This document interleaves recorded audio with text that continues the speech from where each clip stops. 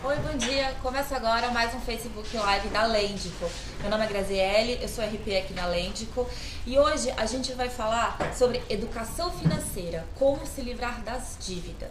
Para responder todas as suas perguntas, a gente está aqui com a Fernanda Monerá, ela é diretora do Serasa Consumidor.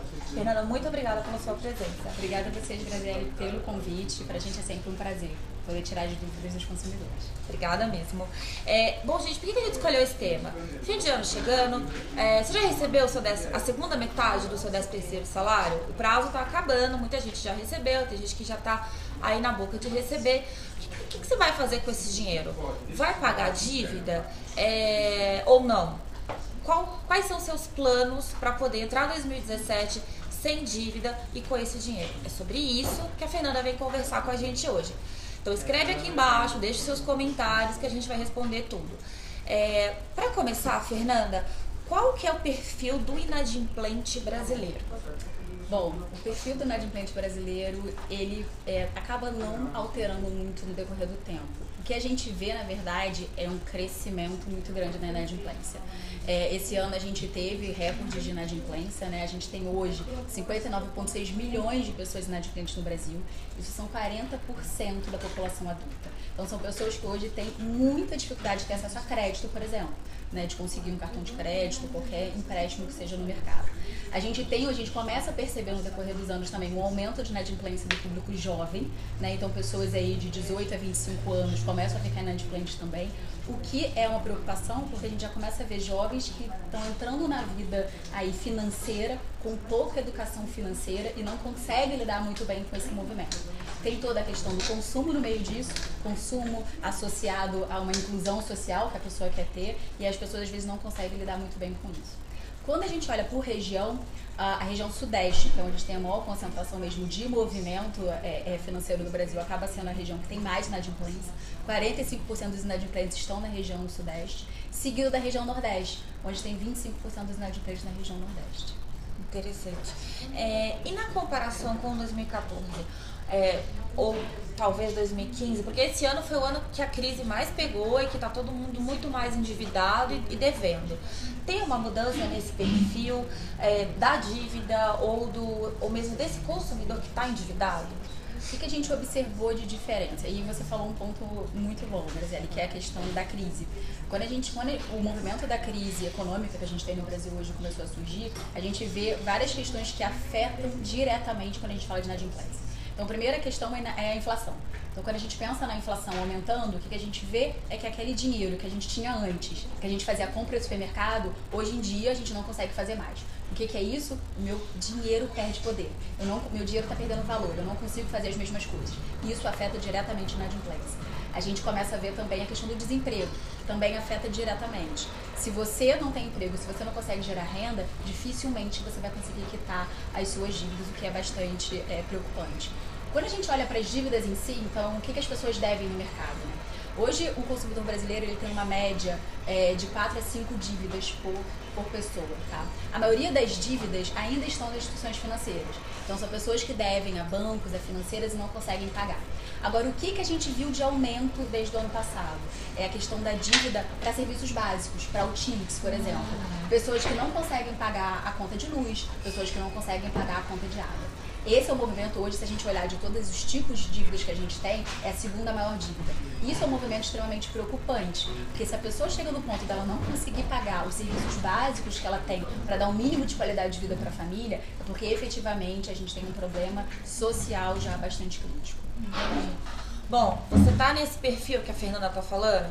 Tá inadimplente, tem aí o 13º chegando, vamos usar esse dinheiro para realmente entrar em 2017 de uma maneira no azul? Então, agora é a hora, manda suas perguntas pra cá.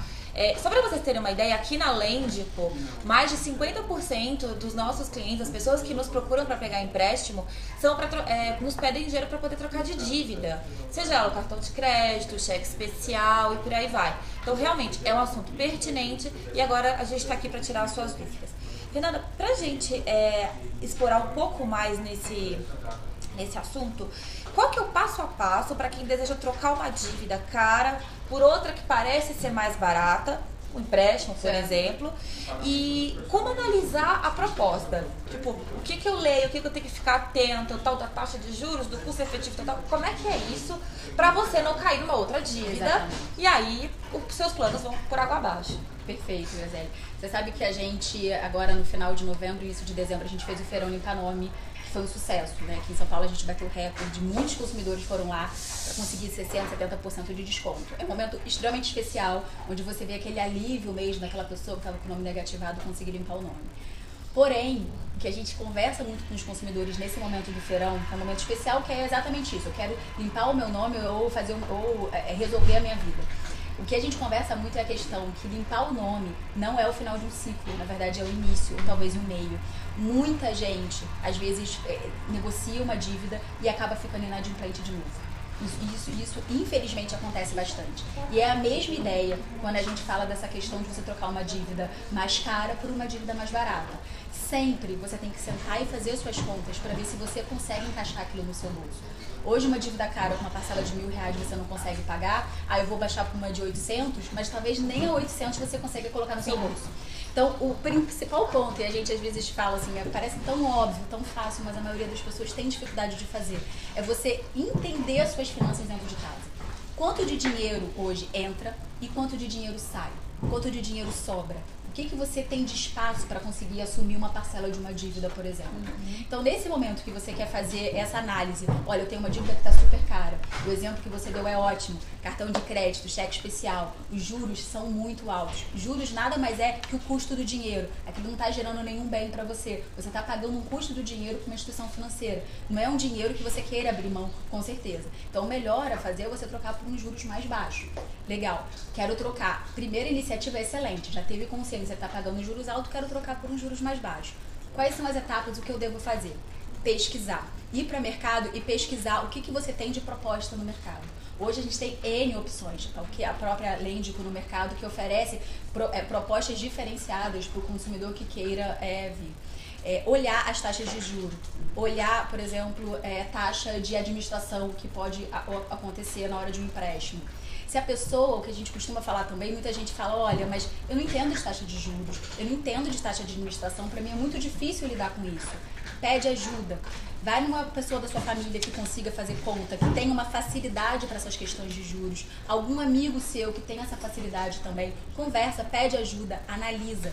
Lê contrato. A gente não lê contrato. Isso é mal de brasileiro. A gente não tem paciência. Só que a gente brinca, a gente tem que ter carinho com o nosso dinheiro. Eu tô pegando um dinheiro ali, aquilo vai me comprometer durante um tempo. Então eu tenho que sentar, tenho que ler. Se também não tenho paciência, acha as palavras difíceis, pede ajuda de novo. A gente sempre tem alguém que pode ajudar a gente. Bom, chegou a nossa primeira pergunta, é da Amanda Costa, aqui de São Paulo. Ela pergunta o seguinte: eu já estou negativada, uso o 13º para pagar essas dívidas, a parte que dá, porque eu acho que não vai dar para pagar tudo, ou eu guardo esse dinheiro para as contas do início do ano, como IPTU, IPVA, Escola das Crianças. Putz, difícil isso. O que eu falaria, qual é o nome dela? A Amanda. Amanda. O que eu falaria pra Amanda é o seguinte: Amanda, onde que estão essas dívidas suas hoje? Acho que o primeiro que você tem que analisar é isso, né? Se você tá com uma dívida, por exemplo, como a gente disse no início, de serviços básicos, tá? Você não tá conseguindo pagar a sua conta de luz, a sua conta de água. A minha recomendação é que você quite essa dívida para você ter o mínimo de qualidade de vida na sua casa, para sua família.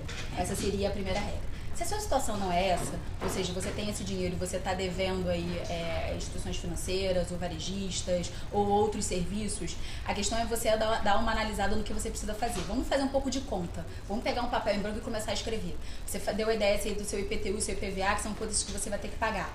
Vamos colocar isso na tabela. Em janeiro, quanto que você recebe de salário? Você consegue parcelar isso e encaixar dentro da sua renda ou não consegue? O ideal seria que com uma parte do seu 13º você já conseguisse renegociar suas dívidas. O que é interessante a gente pensar também é o seguinte: com o 13º você tem dinheiro na mão.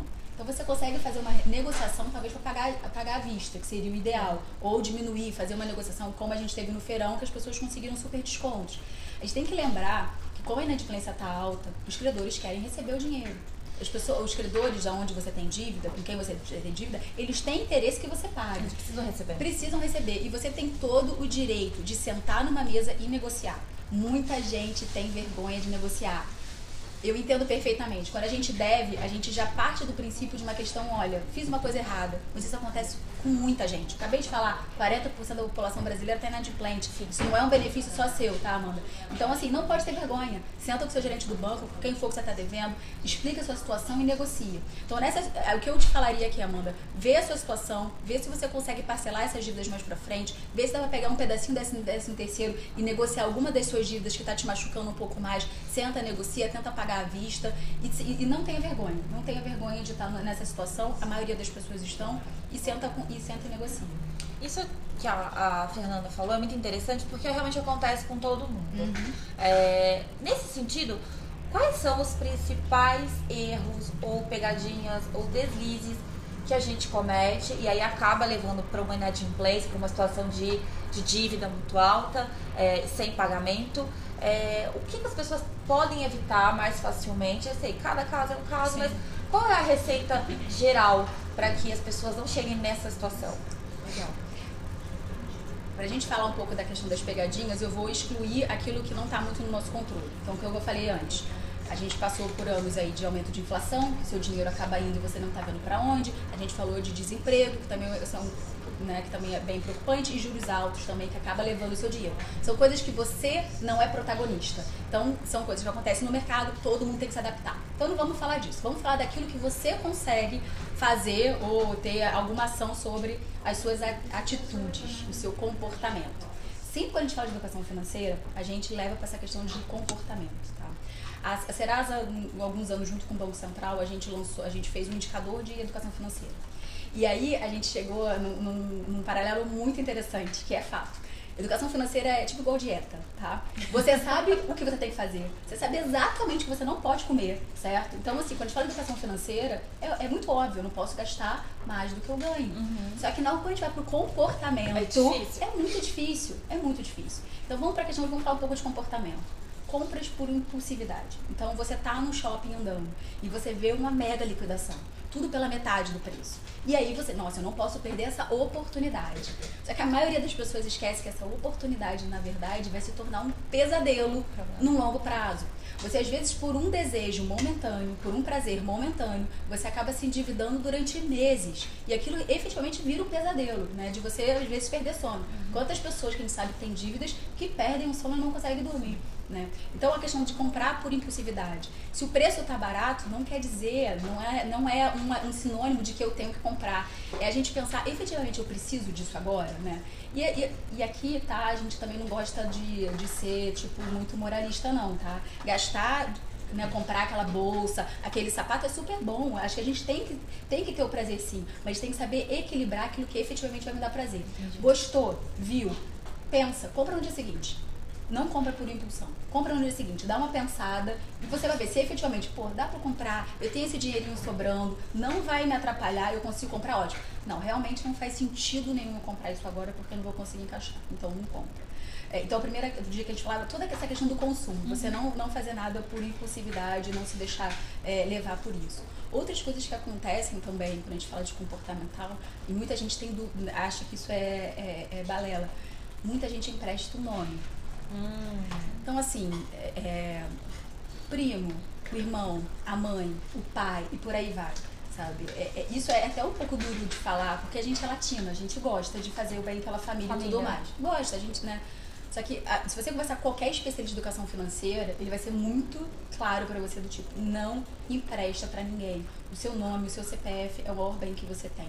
A quantidade de pessoas inadimplentes, porque emprestou o cartão de crédito pra alguém fazer uma compra, porque emprestou o nome num empréstimo pra uma pessoa, etc, é muito grande. Então, isso também é comportamental. É você aprender a dizer não. Você aprender que também a sua vida financeira é uma privacidade sua e que você não precisa dizer sim sempre. Essas seriam algumas dicas que eu daria aí pro pessoal ficar mais atento. Legal. Tá gostando da conversa? A gente está aqui hoje com a Fernanda Monirá, ela é diretora da Serasa Consumidora, a gente está falando sobre dívidas, como se livrar das dívidas em 2017 e entrar o ano super bem, fazendo tudo no azul. Pra gente continuar, Fernanda, eu queria entender o seguinte, como é possível fazer um cronograma de prioridades sobre o que pagar, quanto pagar, às vezes você tá ali no meio de uma quantidade imensa de dívidas e não sabe o que fazer. Certo. Essa dica aí é bem do que a gente já falou um pouquinho. Primeira coisa, serviços básicos. Se você está devendo alguma coisa que interfira diretamente a qualidade de vida sua e da sua família, isso deve ser priorizado. E aqui a gente está falando de conta de água, de conta de luz, até talvez uma conta de telefone. Se você usa o telefone, por exemplo, um celular para trabalho, aquilo gera renda para você e para sua família, isso deve ser priorizado também. Então isso seria o nosso primeiro bloco aí de prioridade. A segunda prioridade são sempre os juros altos. Aqueles empréstimos que você está pagando juros absurdamente e dando dinheiro aí para o seu credor. Esses empréstimos são os mais difíceis de ser quitados, porque é o que a gente costuma falar de bola de neve. Você começa com uma parcela super pequena e quando você vê, você já está devendo 10 vezes assim, você já está devendo 10 vezes o que você devia no início. Esse é um movimento que a gente acha extremamente positivo de você trocar uma dívida de juros altos por uma dívida de juros mais baixos. E aí volta aquilo que a gente falou, vai no mercado, pesquisa, vê quem no mercado pode oferecer uns juros mais baixos para você ter esse dinheiro para negociar essa dívida e por aí vai. Essa seria a lista aí de prioridades para o consumidor trabalhar. Entendi. Nossa equipe aqui já avisou que a gente está quase chegando nos minutos finais da nossa entrevista. O que eu queria entender também, uma coisa que chega muito pra gente, pros clientes da Lentico, é que tem gente que entra todo mês no cheque especial ou no rotativo do cartão. Isso meio que acaba virando um dinheiro extra, né? Tipo, sei lá, R$100 um mês, 200 no outro, aí no mês seguinte você paga, depois fica faltando. Qual o risco disso, né? Se isso tem um risco. Sim. E qual a melhor maneira de sair desse rotativo, desse cartão, ainda que seja bem pouquinho, vamos dizer assim, né? Não é aquela fatia, aquele valor muito alto, mas é um negócio que tá ali persistente, sim, né? Se você de forma recorrente entra no seu cheque especial ou no rotativo do cartão, isso já é um indicativo claro que você está gastando mais do que você ganha. Isso aí já é claro. E muitas vezes as pessoas acabam incorporando esse valor do cheque especial, por exemplo, no saldo da conta corrente. Né? Então, se eu tenho R$500 de cheque especial, eu já considero que eu tenho R$500 livre na minha conta corrente para gastar. Isso é um erro muito, muito ruim. Porque como a gente já disse aqui, eu acho que umas 3 vezes, cheque especial, os juros do cheque especial são muito altos. Então não vale a pena o consumidor entrar nessa. Se a pessoa está nessa questão recorrentemente de entrar no cheque especial, é o momento mesmo dessa pessoa sentar e reolhar as suas contas. O que essa pessoa está gastando mais do que ela efetivamente pode, né? Porque a renda dela não está sendo suficiente para ela conseguir sustentar. Nesse momento, acho que uma outra dica também legal, a Graziela, para dar, sempre quando a gente pega para fazer análise de conta dentro de casa, para ver o que está acontecendo, uma das coisas que a gente vê também é muitas vezes, seja o pai, seja a mãe, não dividir o problema com a família. Né? Então, às vezes o pai, e às vezes na melhor das intenções, né? Ele quer manter uma qualidade de vida para a família, então ele deixa o problema financeiro só para ele. Né? E não divide com os filhos, com a esposa, ou a esposa e vice-versa. Então, esse é um momento especial também de sentou, tá gastando mais, ou seja, tem coisas sempre supérfluas que a gente consegue cortar, tá gastando um pouco mais, senta com a família e divide isso com a família. A questão financeira não é um problema de uma pessoa só dentro de casa, ela tem que ser uma questão da família inteira. Se a família inteira sabe a realidade do que está se passando na situação financeira dentro de casa, ela consegue ajudar. Então, aquela criança que às vezes está fazendo, né, escolinha de futebol, inglês e tudo mais, ela vai abrir mão. E isso é super saudável, né? A criança desde cedo aprender que dinheiro a gente gerencia, dinheiro não vem de forma fácil, é gerenciável. E às vezes tem um pegar e largar para na frente conseguir ter uma coisa melhor. Isso é uma conversa extremamente saudável para se ter dentro de casa e para a pessoa conseguir fazer. Então, voltando para a questão do cheque especial. Às vezes é uma questão dessa. A pessoa está tendo um nível de vida um pouco maior do que ela poderia ter com o salário que ela tem. Senta, refaça suas contas, converse com a sua família, encaixe as contas para caber dentro do seu salário. A gente vê que muita gente vai tentar usar o 13º para pagar dívidas, enfim. Para quem tiver, por exemplo, numa situação diferente da Amanda, que foi quem mandou a nossa pergunta, e conseguir entrar 2017 no azul, qual é o principal conselho para que o 2017 seja um ano mais tranquilo e que ao final do próximo ano a pessoa não esteja no vermelho de novo e não precise mais dos conselhos da Serasa aqui? Qual que é a principal dica para quem vai conseguir fechar ali no 0 a 0 e começar o ano que vem bem? Bom, se a pessoa já conseguiu fechar o ano de 2016 no azul, ou seja, conseguiu quitar as dívidas, ou o 13º de uma forma bem legal, e conseguiu quitar as dívidas, ela já começa em 2017 com o pé direito. Isso é excelente. Né? Como a gente viu, a quantidade de inadimplentes hoje no Brasil é muito alta. Então, essa pessoa ela tem que sentir efetivamente uma vencedora. Nossa, consegui, reorganizei minhas contas, vou começar 2017 de uma forma legal. O que ela tem que fazer a partir daqui para frente, né? A gente deu alguns exemplos aqui de questão de compra de impulso, de questão comportamental, de questão de não dividir o seu problema financeiro com a sua família, de não pedir ajuda. Essa pessoa ela tem que sentar e ver qual que é a questão dela. O que fez ela ficar inadimplente? Porque provavelmente a gente acaba cometendo os mesmos erros. Aquela questão que fez ela ficar inadimplente em 2016, talvez possa retomar aí como um fantasma em 2017. Se o seu problema foi que você acabou fazendo muitas compras impulsivas no seu cartão de crédito, não conseguiu gerenciar isso, então 2017 fique mais atento. Né? Se cartão de crédito você sabe que é um problema para você, se você tem 5, fica só com 1. Né? E por aí vai. A pessoa ela tem, é muito do caso a caso, a pessoa ela tem que fazer a sua autoanálise e ver aonde que eu perco a mão, aonde que eu não consigo efetivamente gerenciar minha vida financeira e atuar exatamente naquilo. Né? Essa seria a minha principal dica.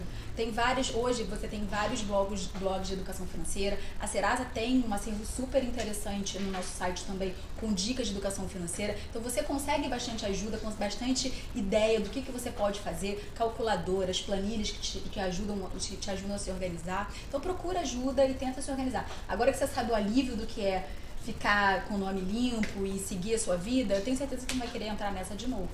Agora, a gente sempre fala, tô endividado, tô inadimplente, como uma coisa negativa. Existe dívida saudável?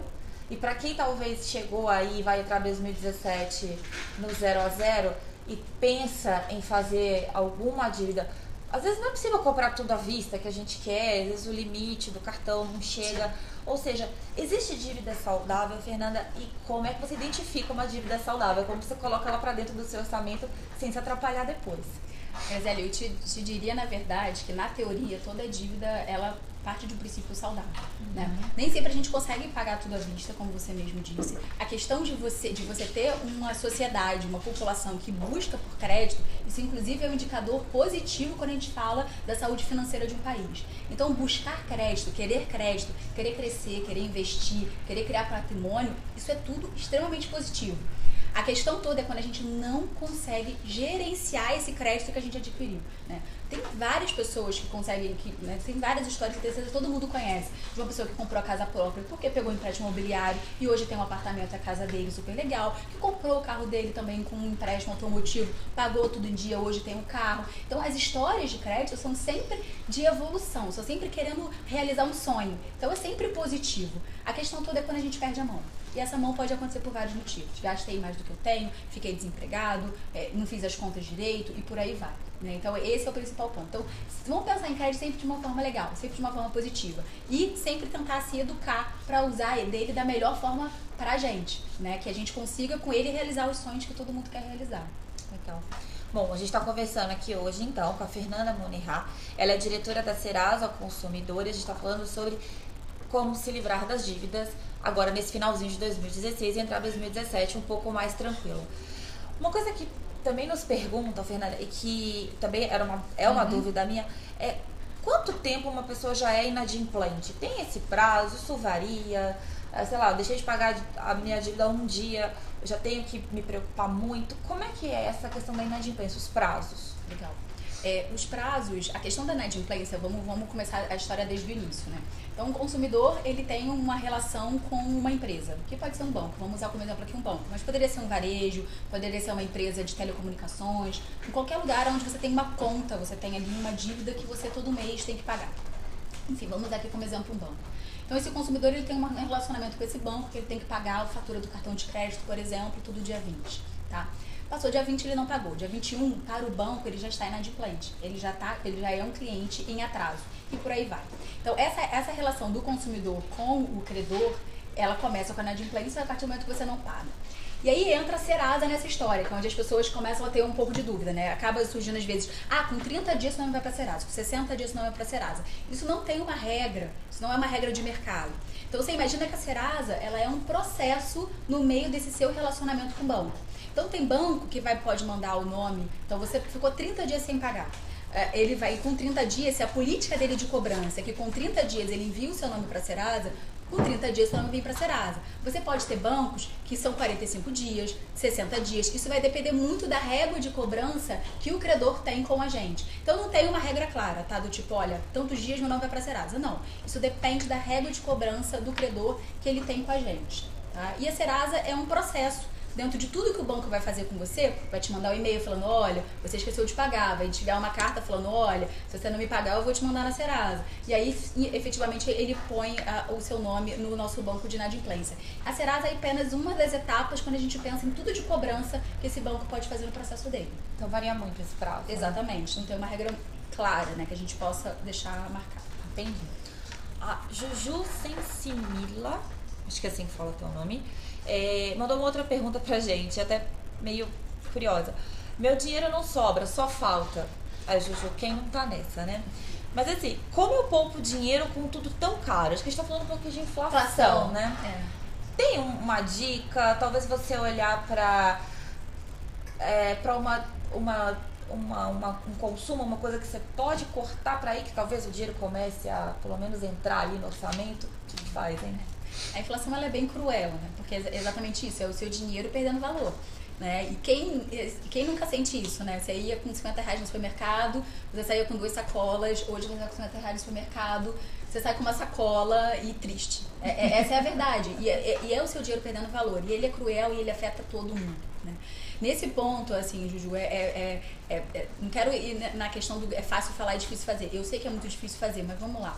A gente sempre pode fazer substituições, sabe, né? Então, aquela marca de requeijão que você gostava, aquele chocolate especial que você gostava de comer, a gente sempre pode fazer substituições de uma coisa pela outra, né? E nesse momento, se essa é a situação que você tá hoje, que falta dinheiro mesmo, a gente começa a dar uma cortada um pouco na carne, né? Então, olhar o que é supérfluo, o que você não necessariamente precisa. É dolorido?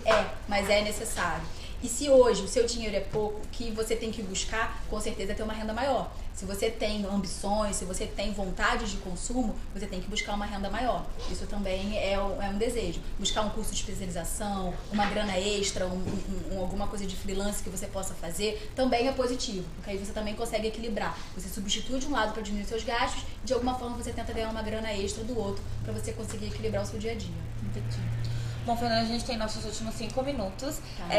Pra gente fechar, eu queria que você deixasse a principal dica, conselho, enfim, uma mensagem para quem hoje está inadimplente e quer sair dessa situação. Qual a principal mensagem que ela tem que ter e também o que ela tem que carregar para 2017 para não chegar no próximo ano enrolada. Legal.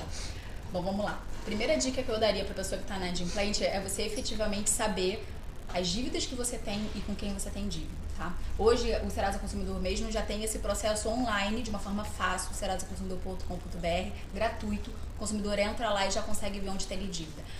Você conseguir saber as suas dívidas e o quanto você deve já é o começo do seu planejamento de como você vai fazer para pagar essa dívida, né?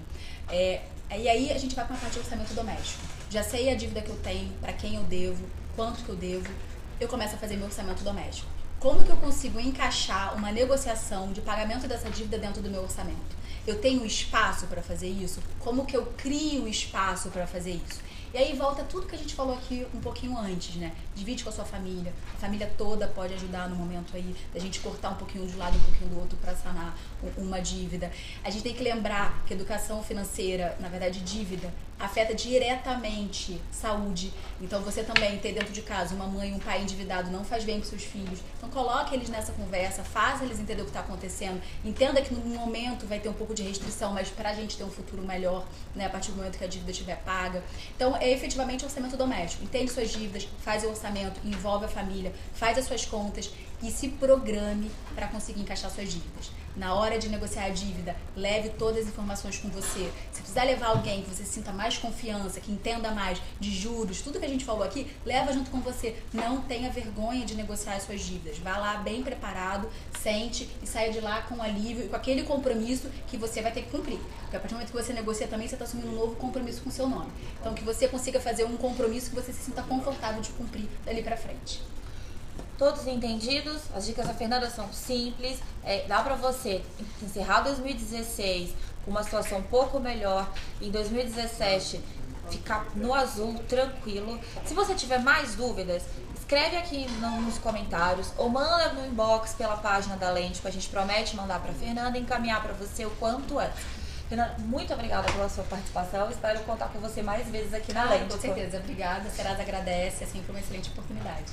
Bom, esse foi mais um Facebook Live da Lêndico. Espero que vocês tenham gostado e a gente fica por aqui. Muito obrigada pela companhia. Até a próxima. Tchau. Tchau.